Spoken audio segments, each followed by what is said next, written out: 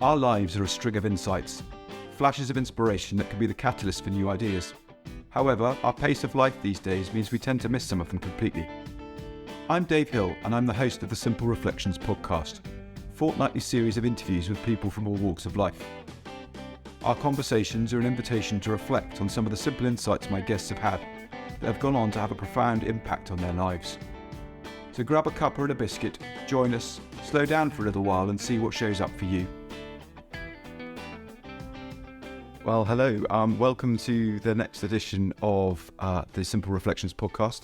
Today I'm joined by a good friend, Derrick Mason. Derrick is a wonderful man. He's a director of a community interest company called Beyond Recovery, which you've heard about before. He's also on the board of the Three Principles Global Community, and a mentor with both Slice of Happiness, and he's recently just set up his own company called Mindflow, and I'm sure we'll hear more about that later.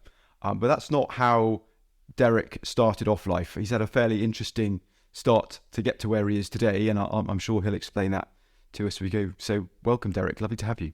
Yeah, thank you for that, Dave. Thank you for having me. It's a pleasure. Yeah, where do I start? I'm Derrick Mason. Like Dave said, I had an interesting beginning to this introduction to the Three Principles, where I was in a place where I didn't think this understanding could help me. I didn't think that anything could happen differently than it had happened to me before. So if I could put some context on that, I got this understanding when I was in prison, and that's what I'd be. I basically lived my life as a criminal for 30 years, went to prison in 1988 when I was 17. And I went to prison in 2016 when I was, I think, 47, 46. And I thought that was it, that was my life. I had my plan on how I was going to get out of that lifestyle, but I never thought there was another way. And then, as you mentioned, I'm a director with Beyond Recovery now, and that's the company that came into prison to facilitate groups about the Three Principles. And I saw something profound that actually just changed the way I saw life, changed the way life showed up for me.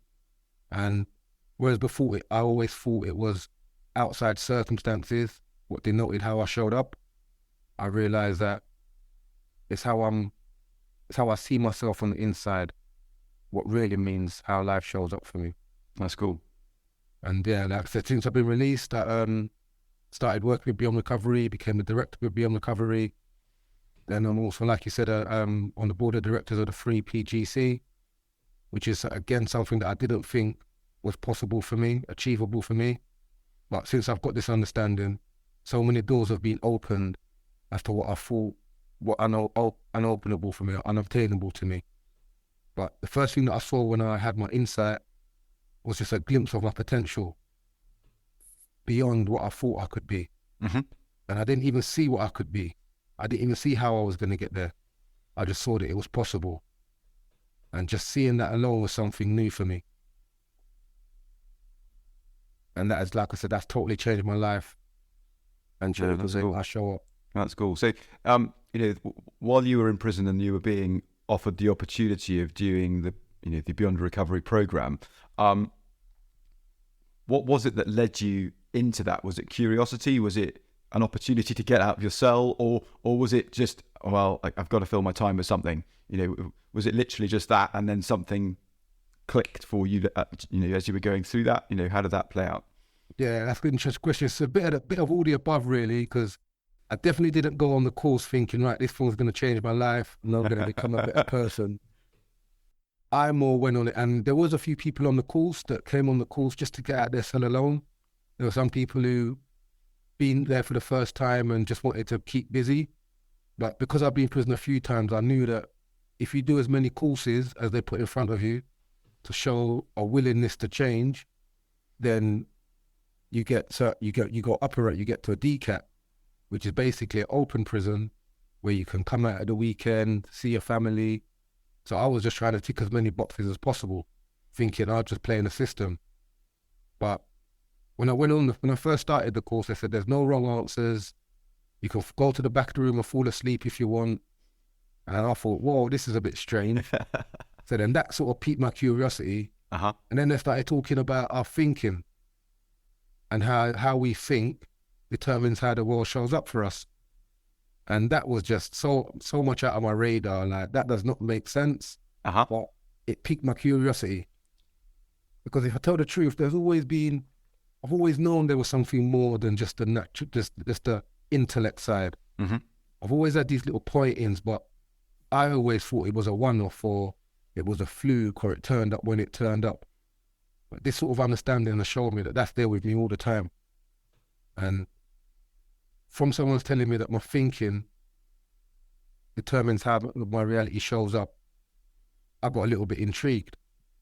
Yeah, and I started to look into it, and I found out that I'm a person that sort of like intellectualizes everything. Uh-huh. So if you was to tell me something, it would have to compute in my brain before I would settle with it, and it wouldn't go anywhere until I've computed in my brain what that actually means. But this understanding has shown me that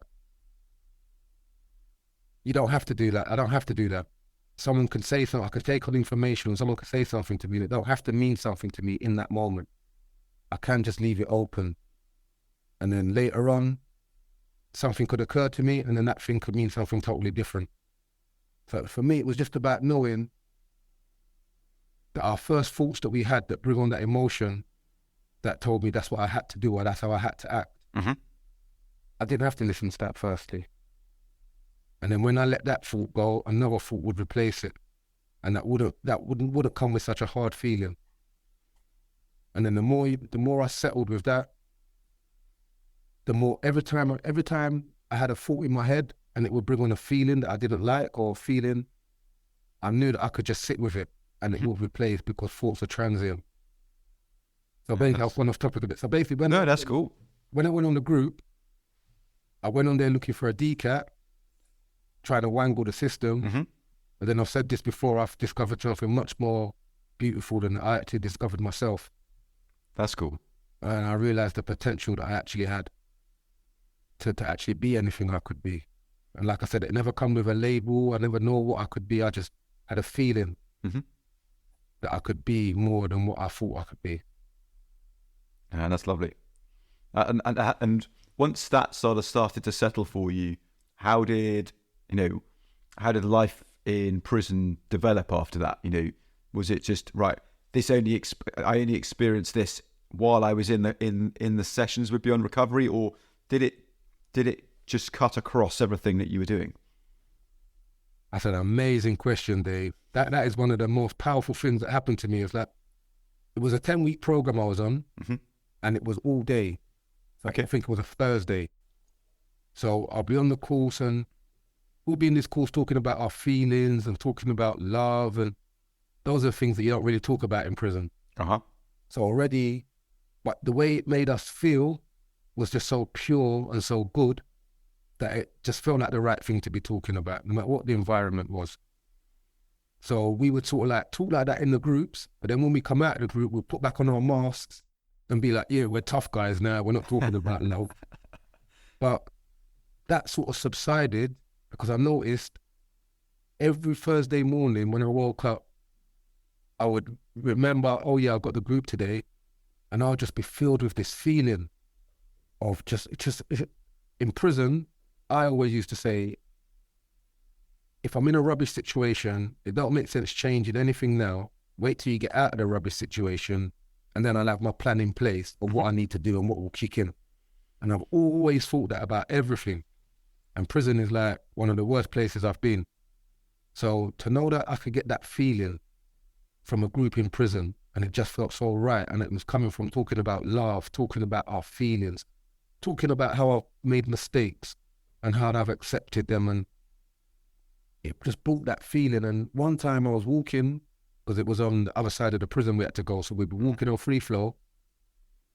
And remember I told you I wake up and I feel good because I'm going to group, and I'll be walking. I think, Dave, I'll see one person walking from another wing, he's on that group, and again the feeling would just rush, it was just an amazing feeling of just like, wow, how could I feel like this? And I'm in one of the most worst places I've ever been. And then that's what made me say, wow, this is a powerful thing we're exploring here.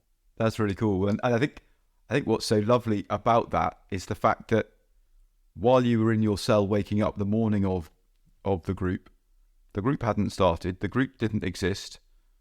It was just your imagination and the system inside us doing what it does best and going, oh yeah, that's cool. And this is what, you normally end up feeling like this, and it gives you a sort of taster of it. And having an understanding that our experience is always created 100% of the time in the moment by our thinking in the moment.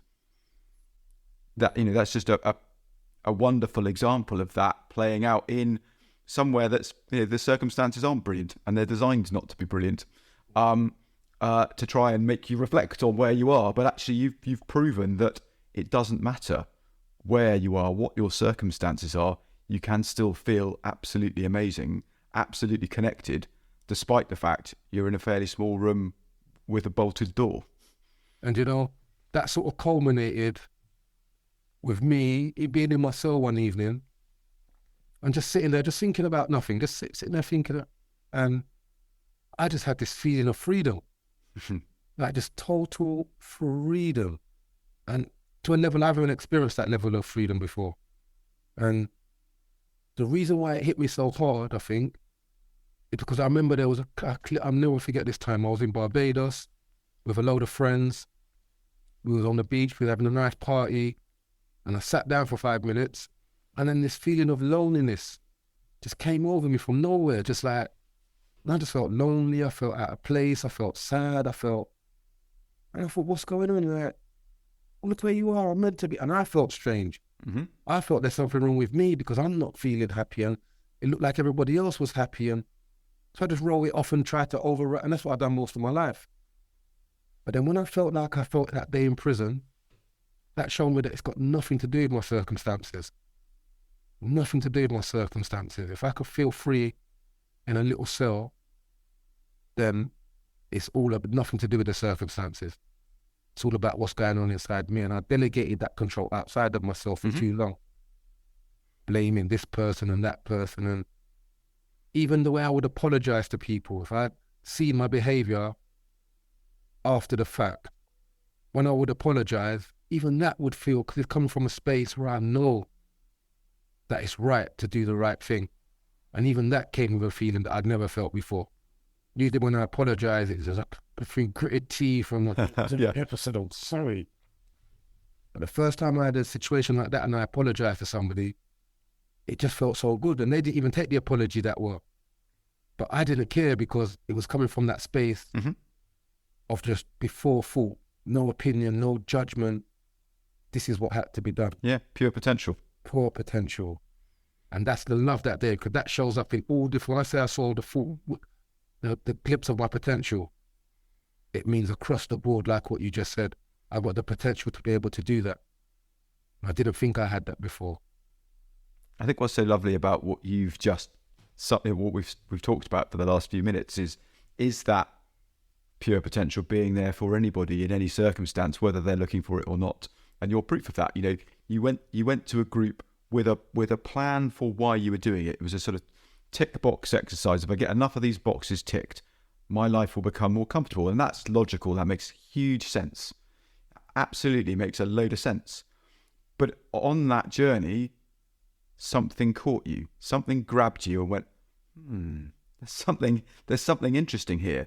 And I think that's what's so lovely about exploring the way human experience is created in a really gentle way, because everybody's doing it all the time, whether they're aware of it or not. And they will have experienced moments like you've described here, but not given any thought to it. Put it down to luck, put it down to I had porridge for breakfast and I've had my 3 cups of coffee and I've managed to do all that before 11 o'clock, so I'm bound to feel lucky right now. Whatever their series of talismans happens to be to create the conditions to be able to have this experience. And as you've said, you've been in a cell and felt completely free, and you've been on a beach having a party and felt completely lonely.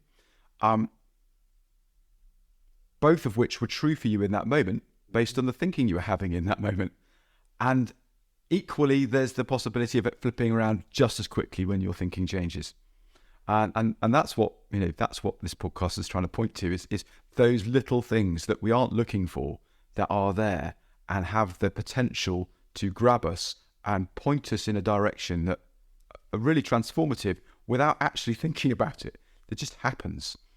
And I think that's really cool. Thank you for sharing all of that.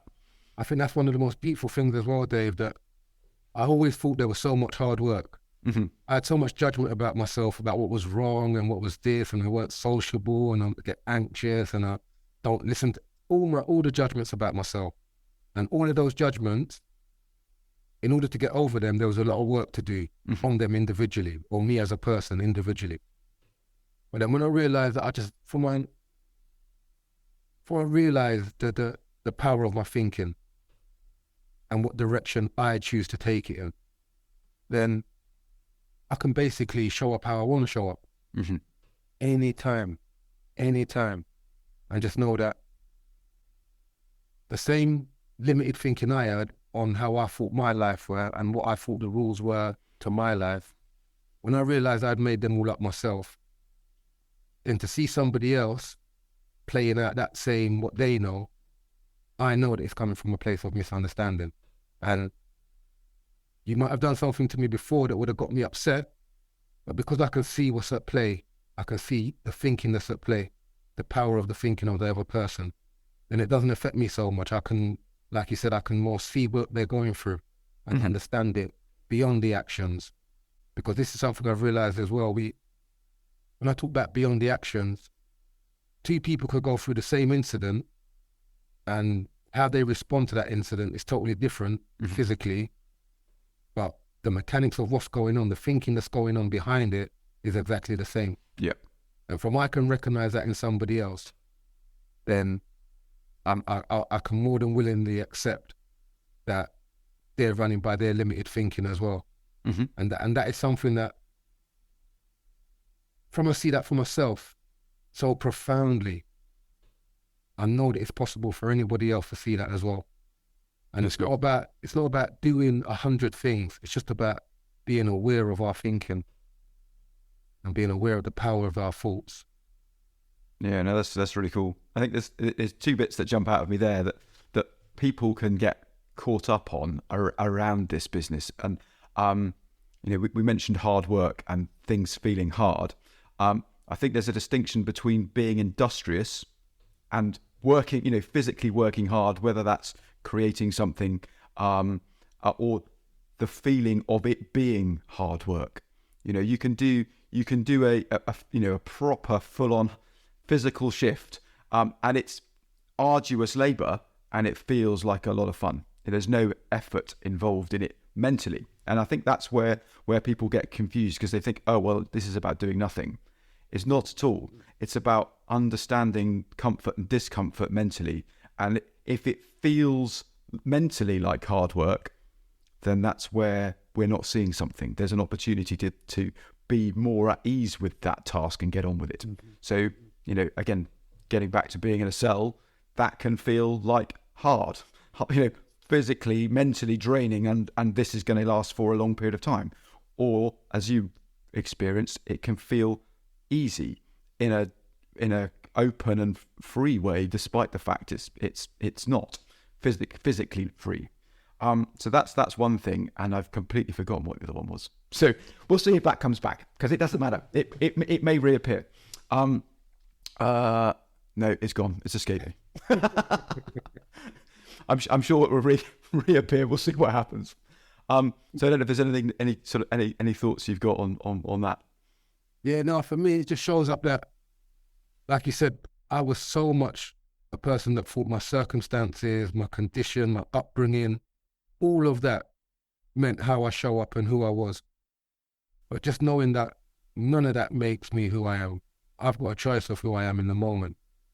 And being in a place where I thought was the worst place for me and I could only experience it one way, once you experience something a different way, and it's always been a one way before, then that opened up my eyes to say, what else is out there? What else haven't I been looking at? What else have I been looking at in a one-dimensional way? And when I started to explore, it showed up, it was everywhere. It was literally everywhere. And for me to accept that, it came, I would have thought again, for me to accept that, it would have come with a feeling of guilt, a feeling of feeling bad, the feeling that I've made so much wrong decisions. But it just came with a feeling of comfort and a feeling of innocence, because I just innocently misunderstood how life worked. And when I got when the secret was revealed to me of how simple it was, that's another thing that blew me away, the simplicity of it. When we say there's no hard work, there's no work, we mean like there's not this 10-point bullet plan to become a better person. Yeah. It's just to notice our thinking in the moment produces our feelings in the moment. And no matter what those feelings are, no matter what that thinking are, it's always okay. And once you know it's always okay. But that was another, saying it's always okay is akin to saying that I'm not broken. And I always thought I was broken. I always thought there was something wrong with me. I was different. But I would know. I've got the capacity to think just like every other person. And just by being aware of that thinking, I can then choose what direction I choose my life to go in. And not to say, because that makes it sound like I've got some sort of control over what's going on. I think that's what we want to control and have an understanding of what's happening next. But it's just accepting that we can't, there is no control over what happens next. All I can take care of is my thinking in the moment. And if that thinking comes with a good feeling, then I'll sit with it. But even if that thinking comes with a bad feeling, sometimes I sit with it as well. And just because thoughts are transient, they will pass. And it's not about acting on every feeling that I have, because when we have that feeling that we don't like, we tend to think we have to do something with it or do something in order to get rid of it. Yeah.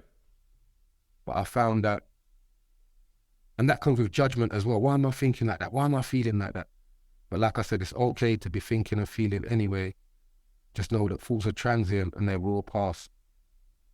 Yeah, no, that's lovely. I've managed to get control of my thinking and found the thing that escaped me a minute ago, but I'll come back to that because that doesn't feed in quite nicely just yet. But you mentioned judgment and this understanding, and there is a danger that when people start to understand that their experience is created moment to moment, that they can feel like they've wasted a vast chunk of their life on not understanding this, and that's all all been, as I say, wasted. When I don't think that's true, because where they are right now, they wouldn't necessarily have got to see and understand where they are right now if it hadn't been for all of that stuff. And when we do start to experience life this way, as you say, that opens doors and there's opportunity and away we go. And that's all we've got. We've got the moment we're in right now, which is the thing we're experiencing, and potential in the future. And what's behind us is our history. And that's formed us to this point. Yeah. But on that journey, we've been learning all the way. And in that learning has come the ability to see what we're seeing right now. Yeah. And once again, Dave, for me, how I thought I knew myself, if you would have given me this thing, well, when I got this, when I was 47, I would have said, why didn't I have it when I was 20 or 17 or 18 or 19? I've wasted 30 years of my life. No, this is all a mistake. I feel bad about it and I would have bought into that before and happily bought into that and gone around moaning that I never get it. Why did I get it when I was 47? But none of that happened. It came with a good feeling that these things happen when they're meant to happen. And I gave it some thought and I said, wow, imagine I was 20 and I got this, I would have done this, and I wouldn't have been through what I've been through, and I wouldn't have been able to show up how I show up. Because just like what you said, Dave, all the mistakes I made, from I've seen into it, I see them all as learning now. And it was all learning, not to be taken into the future as I'd have to take it into the future, but I can use my learning to show up how I want to show up. And it doesn't mean I have to show up because of my mistakes. Yeah. No, that's like... And then even with the judgment thing, going to prison, there's a big judgment on someone going to prison. And that is something I had self-judgment on myself, that I'm a criminal and this and that. But then I saw that just through the misunderstood thinking that I'd experienced, it had all been done innocently, psychologically innocently, I should say. In thinking this is what I had to do, and more judgment on myself if I didn't do it. And then I realized, like you said, I'd made that all up. And none of them rules existed. And it's all learning for me, all learning. Yeah, that's cool. Well, the thing that I managed to forget earlier was the business of acceptance. Yeah. And again, people getting caught on the thought that, well, if I'm accepting everything that other people are doing around me, then I'm going to be a pushover. I'm going to, just always be at other people's will and mercy. And just because we can see where someone's coming from in terms of the way that they're showing up isn't ideal, and that there's some misunderstanding on their part, doesn't mean to say that we need to accept things that are hurtful. But the way we go about dealing with it can be very, very different. I think that's the real opportunity, the real potential there is seeing that when someone is showing up in an aggressive and unpleasant way or an angry way, that there's some unpleasant thinking going on for them, that they're stuck in a loop where they can't see any other way than show up the way that they are. And when we see that for what it is, we have the potential then to point that out, but in a non-aggressive way. It's just going, look, that's not really acceptable because of, and just gently explaining it. And most people, when they're angry, expect to feel anger coming back at them the other way. It tends to mirror itself. That tends to be the way things show up.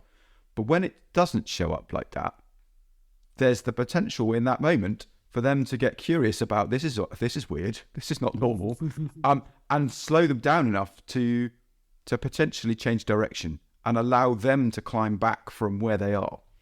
And I think that's wonderful. So, that piece I got stuck on earlier on is the creation of our own judgments in that moment, and how we show up individually has a potential to change the direction of a conversation or a set of circumstances purely by being open and honest about what we see. Not by being a walkover, not by being a pushover, by being, well, this is what I'm seeing from where I'm coming from. And I don't think that's acceptable behavior potentially, and this is why. Yeah. And that comes across very, very differently. I've certainly found it useful being a parent of teenage girls. At times it gets a bit uptight and exciting. And in the past, I probably would have joined in with that and gone, well, no, off you go. Now it's about just creating space and allowing them to settle. And I'm so grateful for that. And that's beautiful, Dave. And the way you sort of articulated, you kind of pointed me to, in a way, it's not even an acceptance of the other person. Mm-hmm. That's not, if you're looking for that, then you're on the wrong road already. Yeah. I think it's more about having an acceptance of yourself. And then when you have a full acceptance of yourself, then no matter how anybody else shows up in front of you, then you just feel differently. And you don't meet them with what they're meeting you with. So a lot of the time previously, someone's meeting with aggression or anger.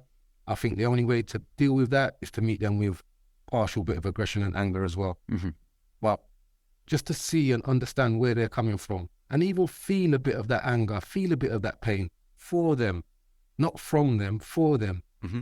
And accepting that that's okay, that I sort of got an understanding of why they're showing up like that. And if I know that there's a little bit of innocence in it, they're in there thinking, or something's happened, or they've got a set opinion of me, or that's all innocently done. Mm-hmm. And I can feel that, and I don't have to think about it and say, right, why they do it. As it's happening to me, I've just got an acceptance that that's where they're coming from, a space that they're not feeling too good. Because I look at it myself, do I like shouting and getting angry at people? No, nobody likes doing that. But obviously their thinking's telling them that's what's required in the moment. And beautiful what you said, Dave. A lot of the time people are met back with the same feelings that they're pushing out. So when somebody comes back with something different, then it sort of takes the edge off of them. And then I've been in a situation where they've got curious. Yeah. Because I've always shown up a certain way when they've started to act like that. And then now I'm showing up from a total different, and there's no work to be done. It's just me having an acceptance that they could possibly be in their head, and that's not a direct reflection of who they are. And the reason I know that is because of my previous 30 years is not a reflection of who I am. Mm-hmm. And I thought that was 100% reflection of who I was. And I knew that that was not the case. If I know that weren't the case for me for 30 years, somebody showing up in front of me in the moment, I just not have an acceptance that that could be the case for them. And how I deal with it and how I show up, there's no thinking involved. I just show up to what's in front of me. Does that make sense? It does indeed. Yeah, no, that's lovely. That's lovely. No, that's really cool. I think that's what's helped me in all aspects of my life to reach my potential. Because a lot of the time before I would have said, oh, this person's holding me back, or this person, that person, but none of that's going on. None of that's going on. We're all caught up in our own individual thinking, trying to get to where we all individually think we have to get to. Mm-hmm. And we all show up how we think we have to show up in that moment in order to get there. Yeah. And sometimes we get caught up in our thinking and it overwhelms us and we show up certain ways, but that's just our overwhelming of thinking. And when you cut through that thinking and go behind the thought, then you can see the real person. I've had someone angry show up in front of me and I can still see who they are. Mm-hmm. I can still see they're just caught up in their thinking. And I talk to them, to that person, to the angry person or the upset person. You talk to the person who they actually are. Just not the emotion that's coming through. Yeah, I think somebody else said that to me, and it's like if I liken it to, I don't know if this makes sense, when somebody's doing something and they feel I can't let them get away with it. I can't let them. Oh, I've got to do this or I've got to do that. But if I know it's being done innocently, no matter what's taking place, if I know there's some form of innocence behind it, then I can liken it to my little son. If I know that he's trying to take an extra sweet or something, I just know he's a kid, he's trying to take an extra sweet. I'm not going to get angry or upset with him. I know that he's just doing what he thinks he needs to do in the moment. So it's just like somebody else when they're doing something, no matter what it is, I just know that they're doing what they think they need to be doing in that moment. Mm-hmm. And when they realize that they don't have to be doing that, then they won't do it anymore. And then they won't be that person. But we think that when you do something, that's you for life. And it's stuck with me. But I realize I just put it all down to learning. And no matter what I do, I can always learn from it. Mm-hmm. Yeah, definitely. Yeah, I love the fact that I am as ignorant as I'm ever going to be. I'm only going to get more. I'm only going to see more in every conversation and every moment going forward. So this is the worst version of me you're ever going to meet, Derrick. And I think that's great. I think there's fun to be had in that. And I think that's the cool thing around this. Life, as as we've gone on through this conversation, life can feel very tricky, and can feel very confining, and physically confining for you in the past. And despite that, we can have fun and joy and freedom to experience our own lives in that moment, despite the confines of the physical circumstances.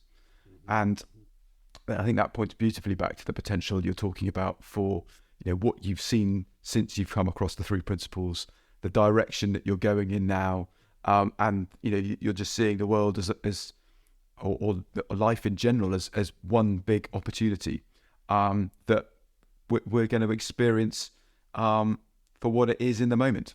I think that's wonderful.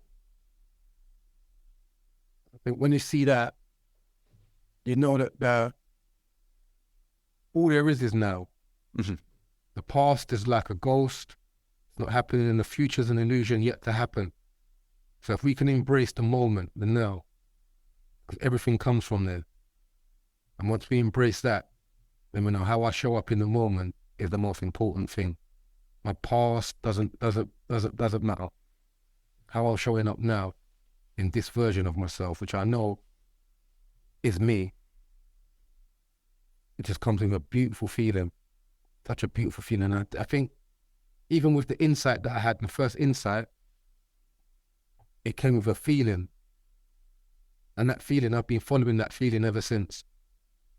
And it's just led me to the most beautiful places and meet the most beautiful people, talk, and I give talk to some amazing groups as well.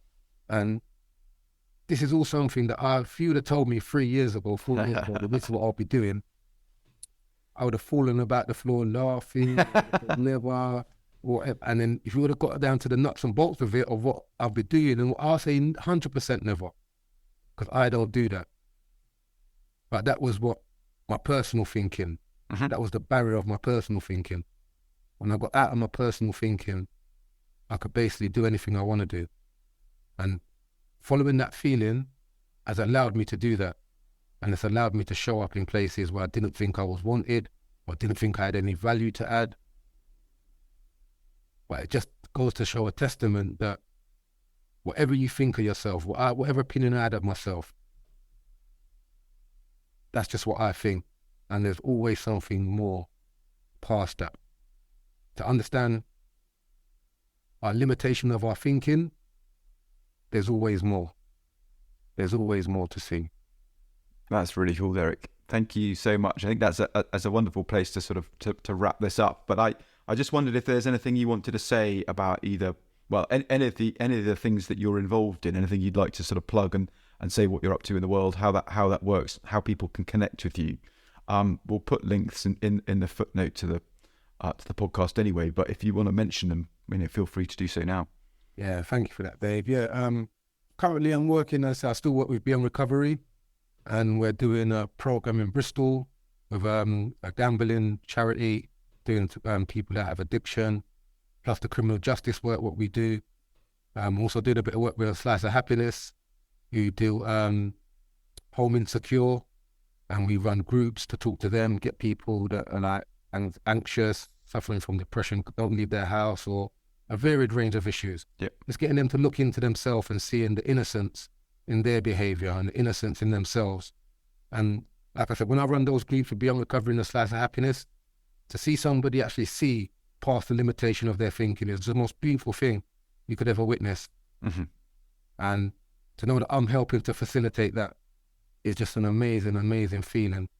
And I've also just started a mentoring company called Mindflow, where we're doing basically the same thing, just talking to individuals, helping to get over trauma, anxiety, any issue. Because at first, when I first got this understanding, because it was in prison, everything in prison, all courses in prison are bespoke for prisoners. Mm-hmm. So you won't come out of prison and find that course outside of prison.